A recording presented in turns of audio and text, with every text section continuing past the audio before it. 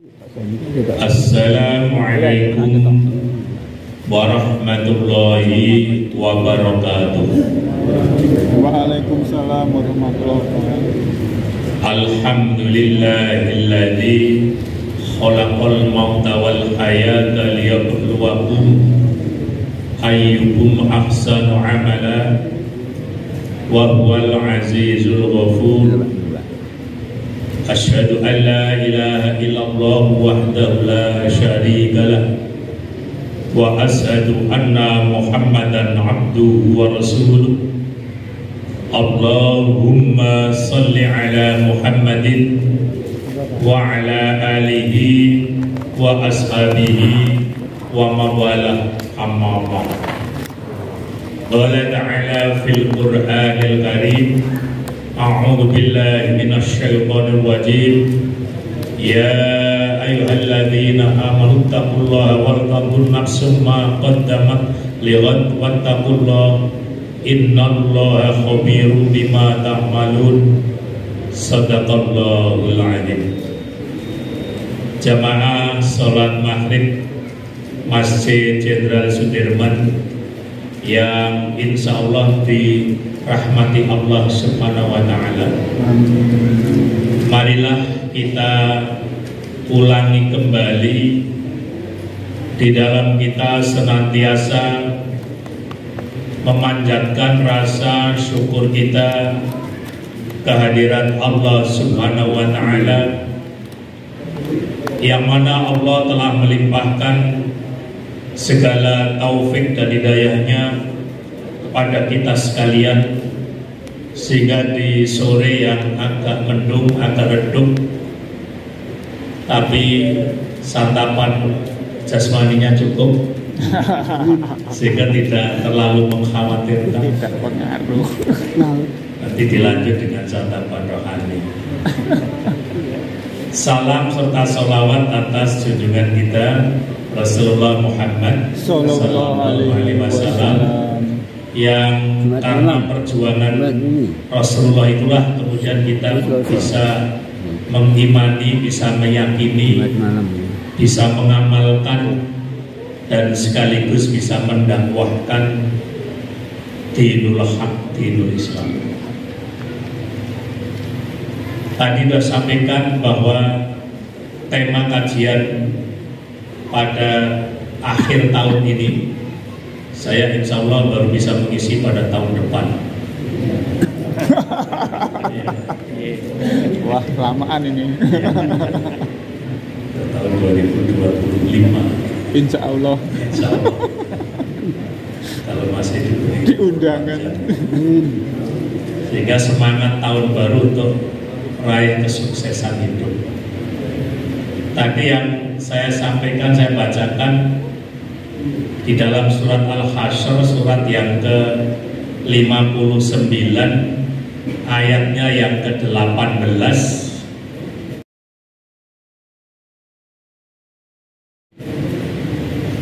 Allah mengingatkan kepada kita bahwa hidup seorang muslim adalah berorientasi untuk kesuksesan masa depan.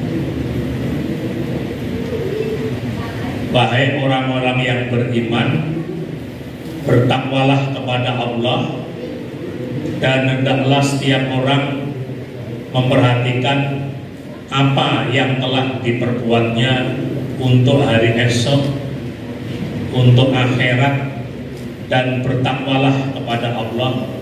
Sungguh Allah Maha teliti terhadap apa yang kamu kerjakan. Setidak-tidaknya dari ayat ini Allah memberikan penjelasan kepada kita kepada dua hal penting tentang Islam kita, tentang agama yang kita anut ini. Yang pertama, bahwa Islam itu adalah agama yang berkemajuan, belajar dari masa lalu untuk menuju kepada masa depan yang lebih baik.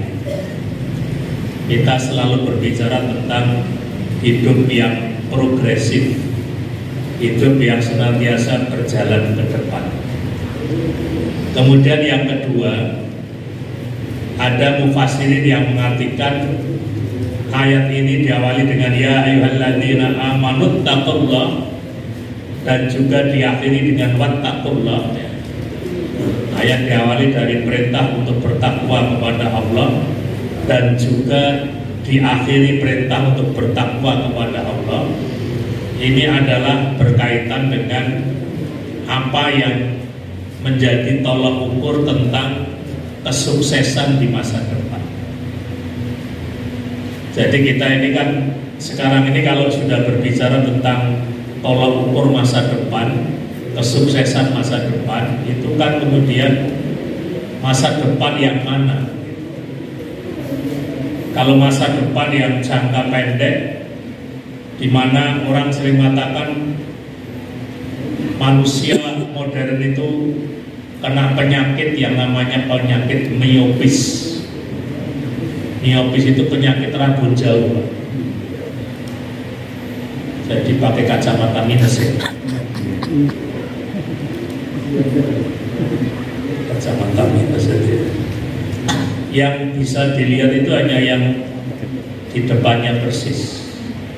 Yang agak jauh dia tidak bisa melihat. Ini yang diartikan maksudnya yang dilihat di masa depan itu ya hanya hidup di dunia ansih, tidak bisa melihat kehidupan pasca kematian. Padahal kalau dalam Islam hidup yang sesungguhnya ya pasca kematian. Itu ada yang menarik ketika Profesor Mahfud MD itu pernah cerita tentang apa itu, katanya orang Eropa itu ada yang bertanya, orang ini setelah mati mau kemana? Akhirat itu kayak apa? Gitu. Karena orang Amerika, orang Eropa kan segala sesuatu harus ilmiah. Makanya dokter itu terus nelpon rumah sakit yang ada di situ, siapa yang pernah menangani pasien-pasien yang pernah mati suri, mati dan hidup lagi. Dapatlah pasien sekitar hampir 100 orang yang bercerita tentang ketika di mati suri itu pengalamannya hampir, pengalaman spiritualnya itu hampir sama. Masuk ke lorong gelap dan naik terang dan seterusnya.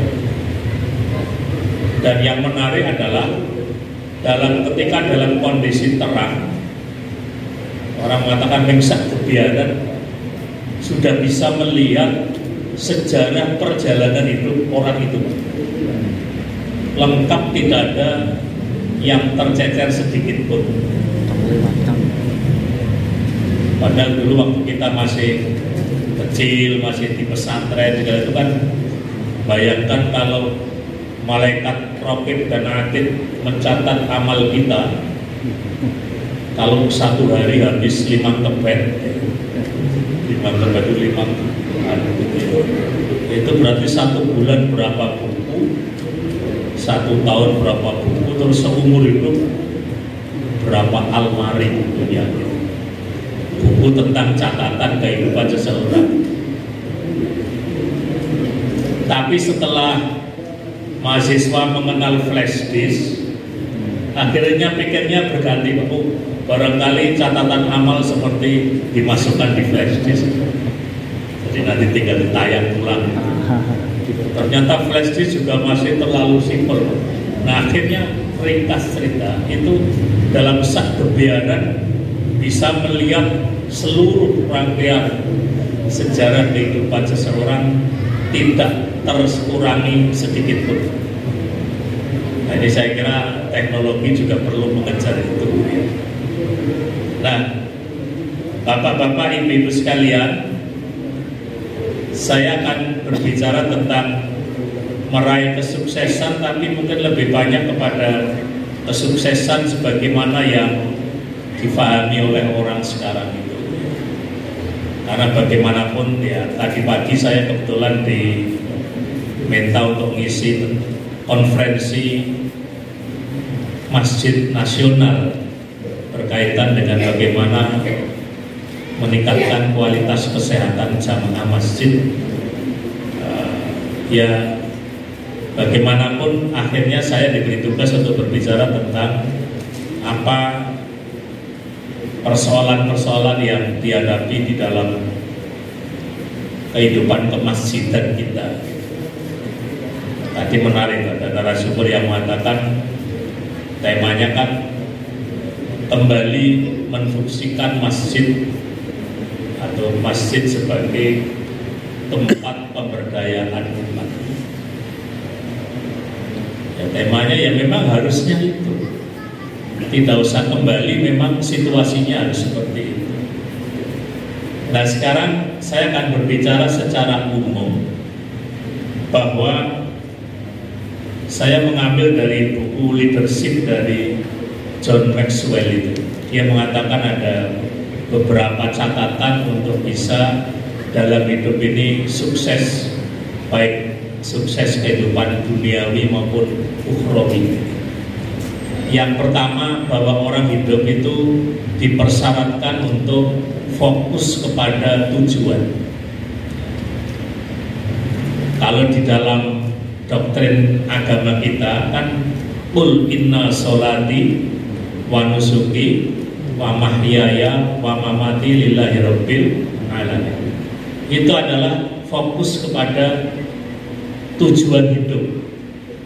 Kalau di situ dijelaskan bahwa semua orientasi hidup adalah untuk mencari keridhaan Allah Subhanahu wa taala. Dan demikian juga di dalam kita meniti karir, meniti masa depan dan lain-lain. Mahasiswa yang sedang kuliah dan sebagainya, maka fokus kepada tujuan adalah menjadi sesuatu yang harus dicermati. Karena banyak orang yang kemudian karena tujuannya tidak begitu fokus, akhirnya ya orang mengatakan menjadi tidak fokus, tidak punya orientasi yang jelas. Meskipun ya kadang-kadang orang itu juga sama-sama belajar, sama-sama kuliah, sama menuntut ilmu, memang yang menjadi tujuannya berbeda-beda. Ada yang merasa bahwa sukses belajar kalau kuliahnya cepat misalnya. Tapi ada juga yang merasa sukses kalau kuliahnya lama, karena bisa memanfaatkan fasilitas lebih maksimal. Semua itu kan pilihan-pilihan. Dulu kalau generasi saya S1 dulu kan ada yang kuliah sampai 14 semester. 7 tahun dihabisi total gitu. Saya pernah diundang untuk mengisi tasyakuran wisuda persis 7 tahun. Terus gebernya di belakangnya ditulis apapun yang terjadi layak disyukuri. Jadi kalau di dalam filosofi ajarannya Kejawen Ki Surya Mentraman itu ilmu kahujan. Wong murid ki ra ono cilakane Pak, kabeh bejo kabeh. Ya ora sekitung tahun nyatane ya lulus. Iki bang katane sing 14 hilang ora tekan ndi. Ilmu Ki Surya Mentraman ilmu kahujan. Terus yang kedua, Maxwell mengatakan kunci kesuksesan yang kedua adalah belajar dari kegagalan. Jadi kalau kita lihat bapak-bapak, ibu-ibu sekalian, tokoh-tokoh besar itu adalah tokoh yang di dalam hidup banyak menghadapi tantangan, banyak menghadapi kegagalan-kegagalan, tapi senantiasa bangkit. Jadi kalau saya sering melihat bahwa memang yang namanya pemimpin, orang yang jadi pemimpin itu memang ideal bagusnya itu mereka yang sudah diuji dengan banyak kesulitan-kesulitan hidup gitu. Jangan orang yang terlalu dimanjakan oleh sistem. Karena ketika dia menjadi pemimpin, tidak bisa merasakan betul apa yang dirasakan oleh orang yang dipimpinnya. Bapak-bapak ibu kenal ya, namanya Fufu Fafa itu ya. Itu loh iklan apa Milk itu, Fufu Fafa, Fufu bendera itu. Nah, jadi orang itu yang sukses itu harusnya memang irama kehidupannya itu naik turun, pernah gagal, pernah, sehingga dia bisa merasakan betul kehidupan yang sesungguhnya. Bahkan kalau di dalam kata-kata motivasi, orang mengatakan kegagalan adalah kesuksesan yang tertunda. Kalau orang yang terjun di dunia bisnis, bahkan kayaknya itu kalau belum pernah gagal itu suksesnya belum sempurna. Tapi saya selalu menyampaikan ini kalau bisa dipakai dalam dunia bisnis dan sebagainya. Tapi kalau dalam dunia pendidikan anak itu kita tidak boleh bereksperimentasi seperti itu. Kalau kita bicara tentang pendidikan anak harus langsung sukses 100%. Jangan coba-coba. Nah, disinilah kita penting Bapak Ibu sekalian. Saya selalu menyampaikan bahwa kita di sela-sela kesibukan kita, marilah kita juga mendoakan tentang keberhasilan anak-anak kita.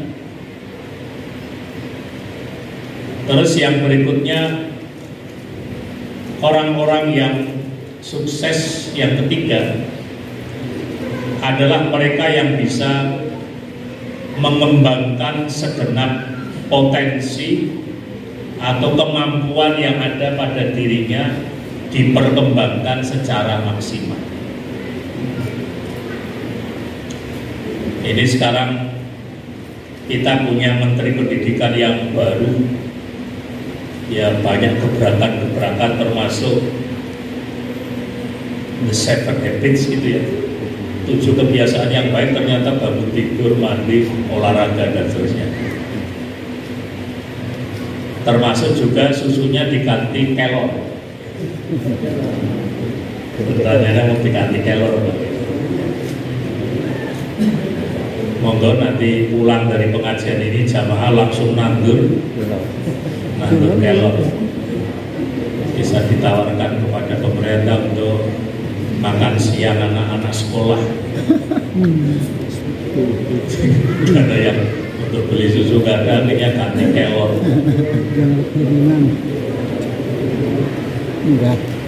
Jadi kita sementara ini itu banyak yang mengkritik pendidikan formal kita itu tidak mengembangkan potensi-potensi yang sifatnya potensial yang dimiliki oleh anak, malah kadang-kadang justru akan mengembangkan hal-hal yang tidak dimiliki anak. Itu akan diperkembangkan sehingga hasilnya nggak pernah maksimal. Nah, disinilah pentingnya lembaga pendidikan itu juga sejak awal sudah mulai melakukan berbagai macam pendekatan untuk melihat potensi-potensi apa yang bisa dikembangkan secara maksimal. Beberapa tahun yang lalu kan ada wacana, ya tidak hanya wacana, sudah berjalan. Sekolah-sekolah dengan kekhasannya masing-masing. Ada yang khusus sepak bola, ada yang khusus apa. Karena memang di dunia ini kan kurikulum di Indonesia itu dikritik terlalu berdabiat. Kurikulum yang paling gemuk itu di Indonesia. Karena apa saja masuk kurikulum. Dipelajari orang. Ketika Dinas Perhubungan ingin mengenalkan tentang undang-undang lalu lintas, masuk juga dalam kurikulum. ketika pemerintah komitmen untuk menanggulangi korupsi. Ada juga mata pelajaran anti korupsi. Meskipun antinya hilang, tinggal korupsi.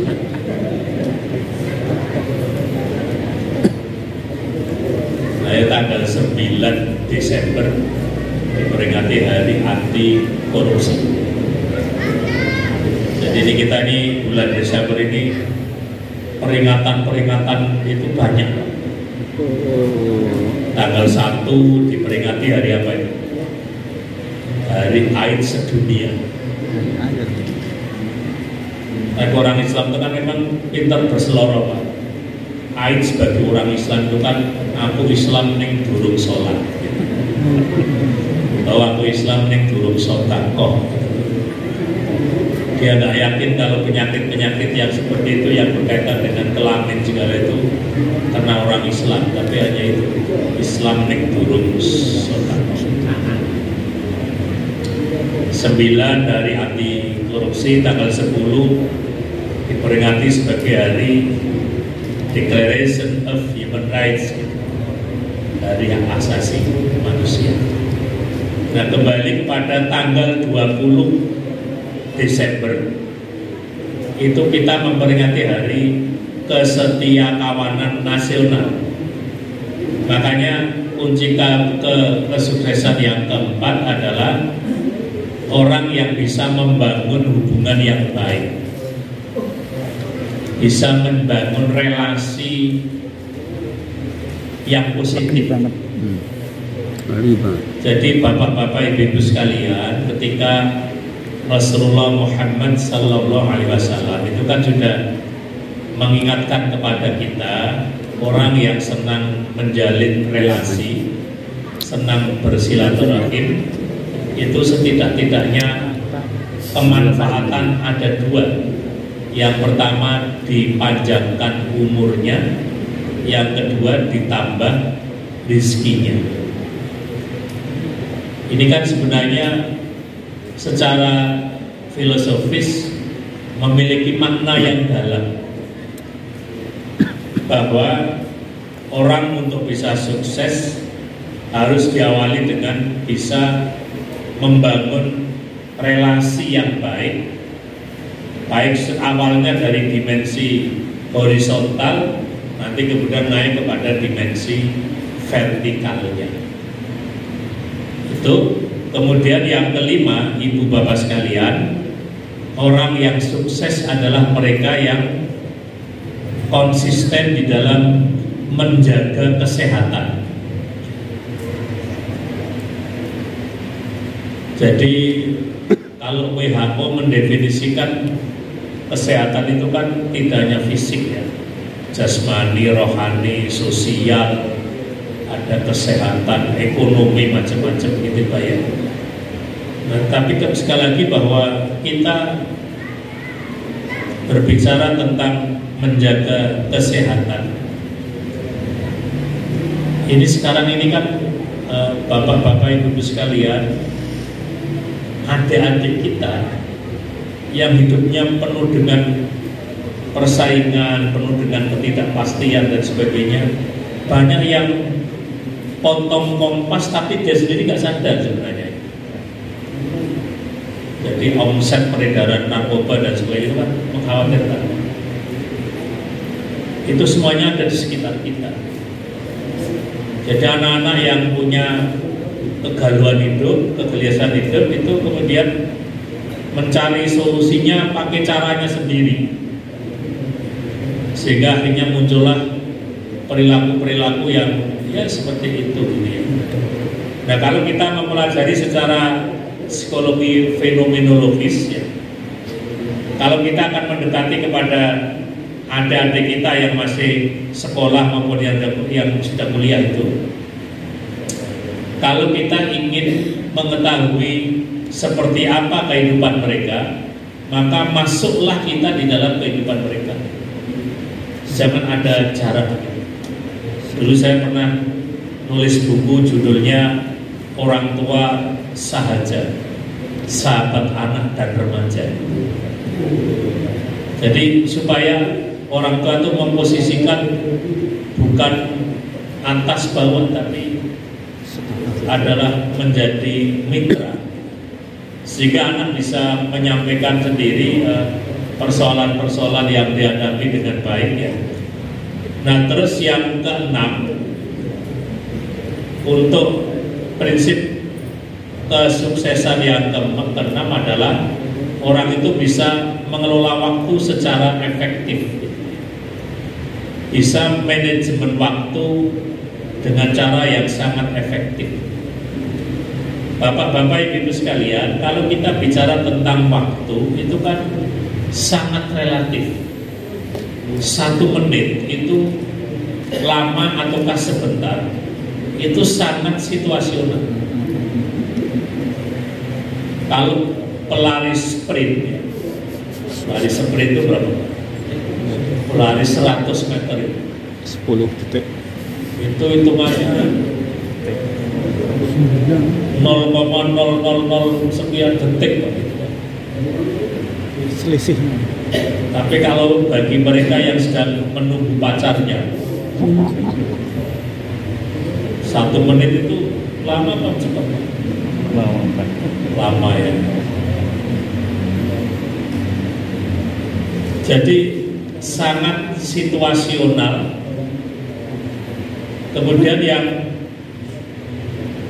ketujuh, orang yang akan meraih kesuksesan adalah mereka yang bisa membangun self confidence, kepercayaan kepada diri sendiri.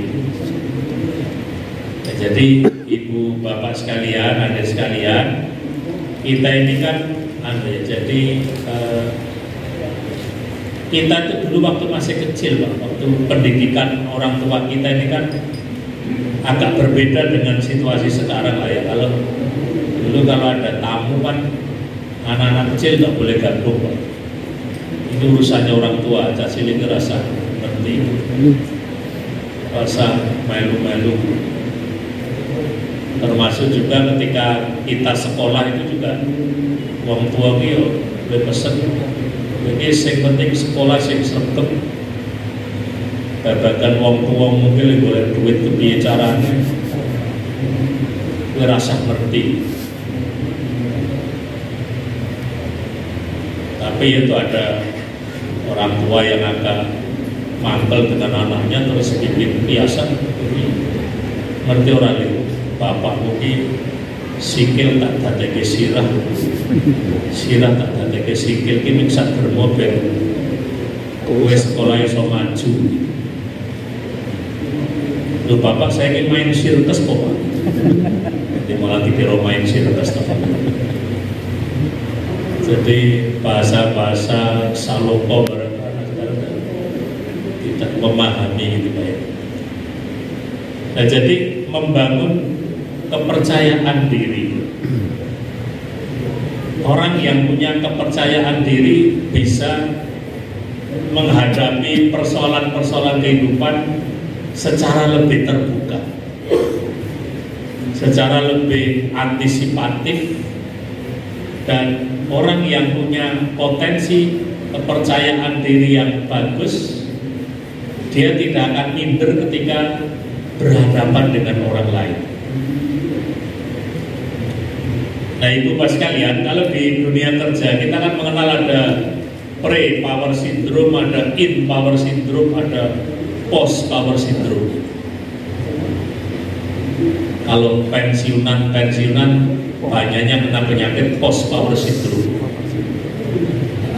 sindrom pasca menjabat. Karena waktu punya jabatan yang strategis, padahal uripe rada biayaan, agak nyombong dikit gitu ya.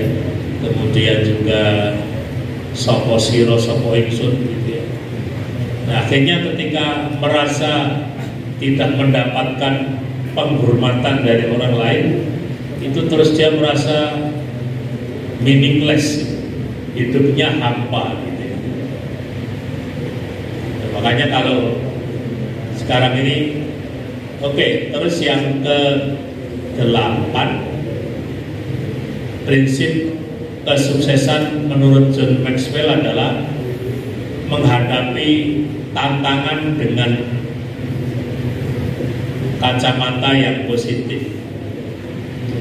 Jadi melihat persoalan-persoalan dalam kehidupan itu adalah sesuatu yang wajar, sesuatu yang pasti terjadi, dan dia akan menghadapinya dengan cara yang sebaik-baiknya, tidak putus asa, tidak sebagainya. Jadi artinya bahwa apapun yang dihadapi, kita tidak memandangnya secara negatif.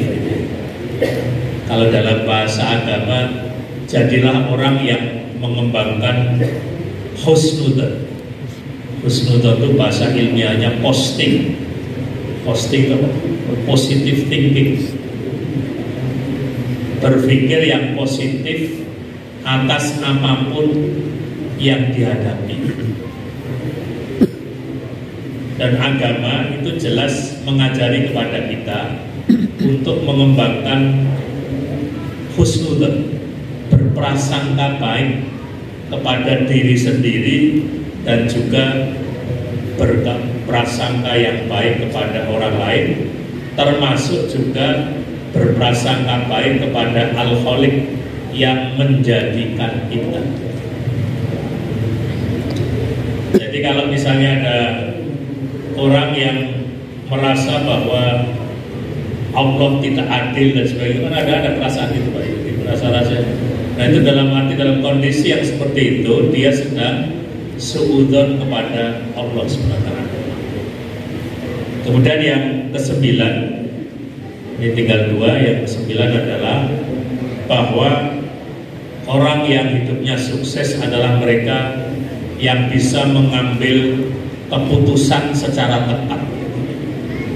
Jadi ibu bapak sekalian, ketika orang berbicara tentang pendidikan antara yang soft skill dengan yang hard skill, itu ternyata lebih banyak yang soft skill.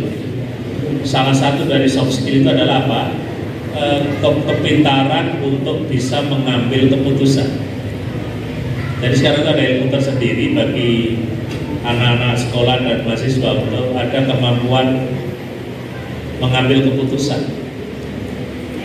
Karena dalam hidup ini orang itu senantiasa dihadapkan kepada kenyataan hidup adalah untuk mengambil keputusan. Anda mau kuliah dimanapun harus mengambil keputusan. Kuliah sambil kerja dulu atau baru kuliah dan sebagainya, itu semuanya harus diputuskan secara lebih wisdom, secara lebih bijaksana. Sudah barang tentu minta pertimbangan dari banyak orang, ya, mana yang paling bagus, mana yang paling pas dan seterusnya gitu. Nah terus yang terakhir, ibu bapak sekalian, John Maxwell itu mengingatkan kepada kita bahwa semuanya itu melalui proses. Jadi kesuksesan adalah sesuatu yang diraih setelah melalui perjuangan yang panjang.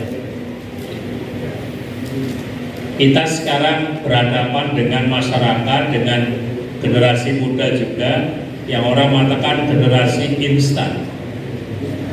Generasi instan itu apa, Pak? Apa-apa itu maunya serba langsung jadi. Tidak pernah mau belajar segala sesuatu by proses. Untuk jadi orang itu melalui proses yang panjang. Bapak-bapak pernah nanya sama putranya pada kalau ditanya, "Le, nyontek ini jadi hukumnya apa toh, Le?" Hukum nyontek itu apa toh, Pak? Ada yang mengatakan keharusan, tapi ada yang bisa melakukan rasionalisasi. Aku ki jane ya arep nyontek nek kanca pusat kelas nyontek kabeh, terpaksa gabung gitu. Padahal cuma dia sendiri. Jadi budaya instan adalah budaya yang ingin melihat segala sesuatu langsung hasilnya, tidak mau melihat prosesnya. Nah, padahal kalau kita di dalam kita beragama pun ternyata yang banyak dilihat oleh Allah itu proses yang kita lakukan. Jadi kalau tadi misalnya ketika kita sebagai orang tua memberikan pendidikan kepada anak-anak kita, itu yang dilihat bukan hasilnya anaknya seperti apa, tapi proses yang kita lakukan. Apakah orang tua sudah berusaha secara maksimal? Karena kalau kita lihat kisah-kisah di dalam ayat-ayat kauliyah dalam Al-Quran itu, ternyata juga Allah kan juga memberikan contoh kepada kita. Ada orang yang mendidik dengan baik, penuh dengan kesabaran dan sebagainya, tapi juga diuji dengan Allah anaknya yang tidak menjadi anak yang berhasil. Tapi nanti di hadapan Allah yang dilihat adalah bagaimana proses yang kita lakukan, bagaimana usaha yang kita lakukan, sedangkan hasilnya kita serahkan kepada Allah. Itulah yang dalam bahasa agama dikenal dengan konsep tawakal kepada Allah, berusaha secara maksimal, diikuti dengan doa, sedangkan hasilnya kita serahkan kepada Allah Subhanahu wa Ta'ala. Inilah bapak-bapak, ibu-ibu sekalian yang dapat saya sampaikan pada malam ini. Mudah-mudahan bermanfaat. Kita akhiri dengan doa kafaratul majelis. Subhanakallahumma wa bihamdika asyhadu an la ilaha illa anta astaghfiruka wa atubu ilaik. Alhamdulillahi rabbil alamin. Assalamualaikum warahmatullahi wabarakatuh. Waalaikumsalam.